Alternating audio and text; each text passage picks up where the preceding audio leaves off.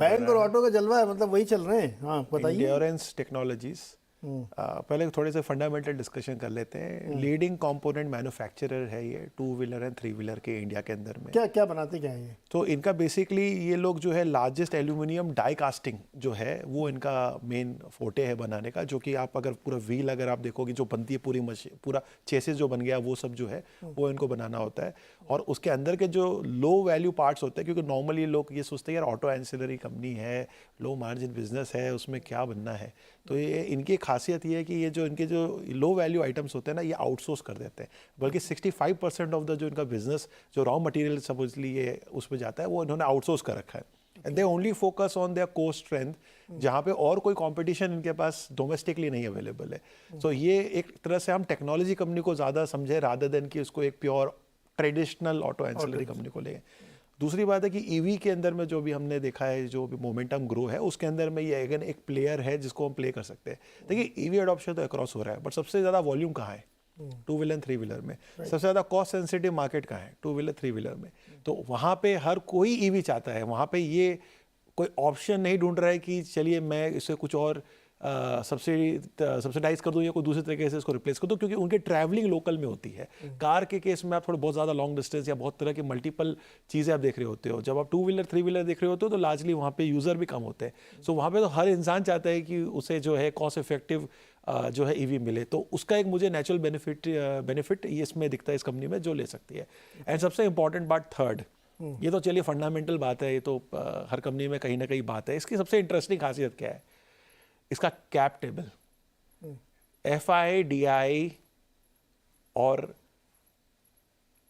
DI FI और promoter आप इनको सब मिला दें तो 98% जो है ये इनके पास है। मात्र less than 2% free float. 98% is already of the market. सिर्फ 2% बल्कि प्रिसाइजली 1.8% जो है यही फ्री फ्लोट है। 26,000 करोड़ की कंपनी है, पूरे के पूरे मार्केट में ही 500 करोड़ का माल पड़ा हुआ है बस।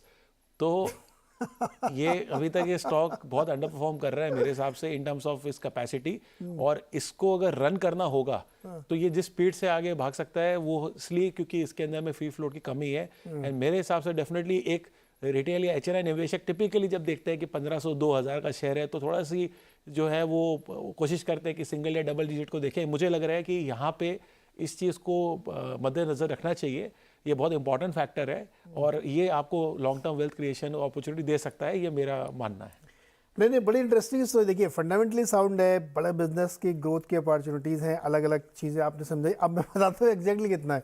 75% प्रोमोटर के पास है, 7.82% FII के पास है, 15.4% DI के पास है और 1.77 only, less than 2%। Oh my God, interesting company. ऐसे इस तरह की कंपनी भी है मार्केट में, बहुत इंटरेस्टिंग बात है। तो एंड्योरेंस टेक्नोलॉजी, एक चीज़ और ऐड करना चाहूँगा कि कोई छोटी कंपनी नहीं है, 10,000 करोड़ की रेवेन्यू है। तो कंपनी आप सिर्फ इस तरह से ना देखें, एक 10,000 करोड़ की कंपनी जिसका रेवेन्यू 10,000 करोड़ है, वैसी कंपनी का फ्री फ्लोट मार्केट में इतना कम हो, ये तो ये भी दर्शाता है कि जितने भी हो सकते थे पार्टिसिपेंट्स अपने ही पूरी तरह से इसे ले लिया है। तो अब जो है वो इतना कम है कि उसी पे ही आप अपना एक लॉन्ग टर्म बेट ले सकते हैं। एक्चुअली मतलब 10,000 करोड़ का रेवेन्यू है, 600 करोड़ का पैट है और 26-27 हज़ार करोड़ की कंपनी है। ये इतनी छोटी भी नहीं है। तो इंटरेस्टिंग, बहुत इंटरेस्टिंग प्ले है एंड्योरेंस टेक्नोलॉजी। सनी भाई आपका